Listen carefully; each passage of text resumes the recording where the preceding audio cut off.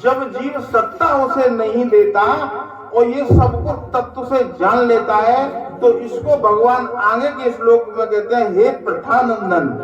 कुंती को प्रथा भी कहते हैं, कुंती का पुत्र था अर्जुन, तो भगवान कह रहे हैं, हे प्रथानंदन, यह ब्रह्म ही स्थिति है, इसको प्राप्त होकर कभी भी कोई मोहित नहीं होता। जब तुम इस स्थिति में पहुंच जाओगे तो कोई भी व्यक्ति मोहित नहीं होता। इस स्थिति में यदि अंतकाल में भी स्थित हो जाए, मरते समय भी, तुलसीदास ने सन्मुख हो जीव मोह जबई, गीता में कहा है, अगर मरते समय भी वो स्थित हो जाए तो निर्वाण शांति ब्रह्म की प्राप्ति हो जाती है। निर्वाण शांति ब्रह्म यानी जो निराकार परमपिता परमात्मा है, जो संसार में व्यापक है, निर्गुण है, निराकार है, कण कण में जो व्याप्त है, तो तुम उस निर्माण ब्रह्म की प्राप्ति हो जाएगी तुम्हारे अंदर। तुम ब्रह्म में, इसी बात को तुलसीदास जी ने कहा है, सोई जानई तेई देई जनाई, जानई तुम्हें तुम्हें हो जाएगा। जो तुम्हें जान जाएगा वो स्वयं ब्रह्म बन जाएगा। ब्रह्म ही स्थिति को तुम प्राप्त हो जाओगे।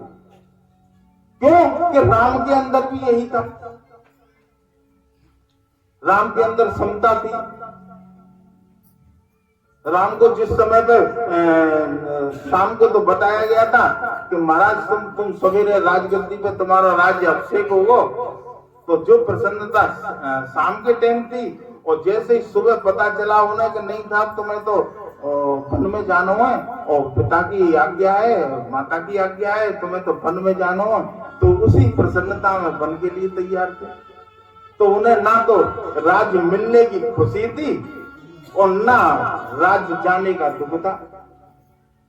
और जब कौशल्या माता के पास पहुंचे तो माता से आज्ञा लेने के लिए, तो देखो बड़े प्रसन्नता से कह रहे, माता राज्य तो मुझे मिला हुआ है, लेकिन अयोध्या को ना दो, पिताजी ने मुझे वन को राज्य दो है, अयोध्या को राज्य, पिता दीन मोह कान है ना राजू, मुझे अयोध्या का राज्य नहीं दिया है, राज्य तो दिया है पर वन का राज्य दिया है। मानक समस्या ज्यादा है, ऋषि मुनि ज्यादा परेशान है, ताते बिन मोए माँ को राज्य दो कि जाओ तुम बिन की देखभाल करना।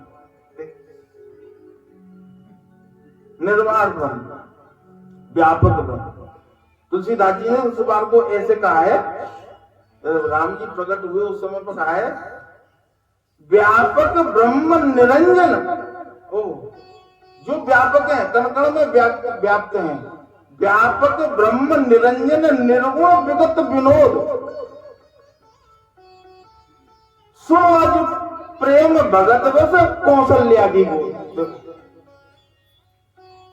जो निराकार परमपिता परमात्मा है, जो सब में व्याप्त है, हमारे पूरे शरीर में वो ही परमात्मा, वो ही राम व्याप्त है, हर जीव के अंदर व्याप्त है।